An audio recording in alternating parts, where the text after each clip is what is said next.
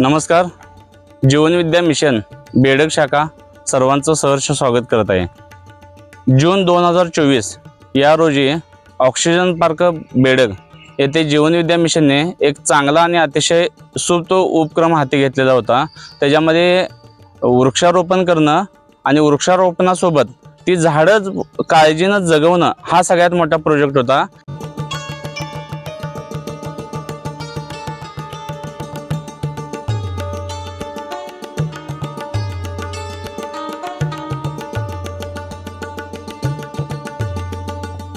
आणि याचं स्वरूप म्हणून आपण हे पूर्ण आपला परिसर फिरून बघू शकतो.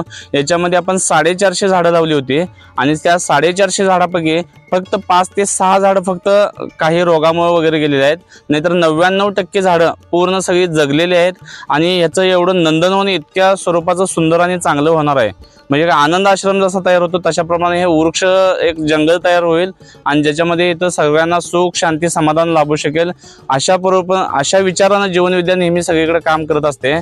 त्यासोबतच वृक्षप्रेमी संघटना बेडग, ग्रीन पार्क संघटना बेडग आणि आणखीन काही श्रमदाते आहेत यांची या पार्कसाठी खूप आर्थिक मदत मिळालेली आहे.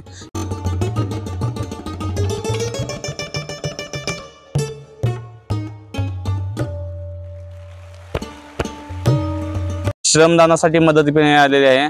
आणि इथून पुढे अशाच पद्धतीचे प्रोजेक्ट जीवन विद्या मिशन बेडग शाखा पूर्ण बेडग गावामध्ये सर्वत्र राबवणार आहे. यांचं कार्य चालू आहे. समोरचा नियोजित प्रोजेक्ट म्हणून आपण घेतोय. ह्या प्रोजेक्टमध्ये आपण बांबू लागवड करणार आहोत, जो गोल्डन बांबू असेल, ज्याच्यामुळे तिथं एक पर्यटन सारखं स्वरूप येईल किंवा विश्रांतीसाठी सगळ्यांना जागा मिळू शकेल. तशाच पद्धतीने आपण झाडांना उन्हाळ्यात पाणी वगैरे जसं टिकावं यासाठी मल्चिंगचं स्वरूप केलेलं आहे. आणि ठिबकची पद्धत सगळी पूर्ण करून मल्चिंग इतक्या अतिशय सुंदरतेने केलेलं आहे. आणि वाऱ्या कावदुळामध्ये झाडं पडू नयेत, झाडांना काही होऊ नये याच्यासाठी या पूर्ण काट्या आपण 2 वेळा बांधून घेतल्या. गेल्या वर्षी पण बांधल्या होत्या आणि यावर्षी पण पूर्ण श्रमदान करून काम केलेलं आहे. यासोबतच पूर्ण जग सुख समाधान शांती लाभावं आणि याच्यासाठी जे काही म्हणजे सगळीकडे जे असतं विचारांचं प्रदूषण असतं, पण जीवन विद्या मिशन जे काम करतं विचार शुद्ध करण्याचं काम करतं. आणि विचार शुद्ध करण्यामुळं जीवन विद्या मिशनच्या प्रत्येक नामधारकांच्या आयुष्यात नेहमी सुख समाधान शांती भरभरून येते. त्यांचे भरभराट अतिशय चांगले होते.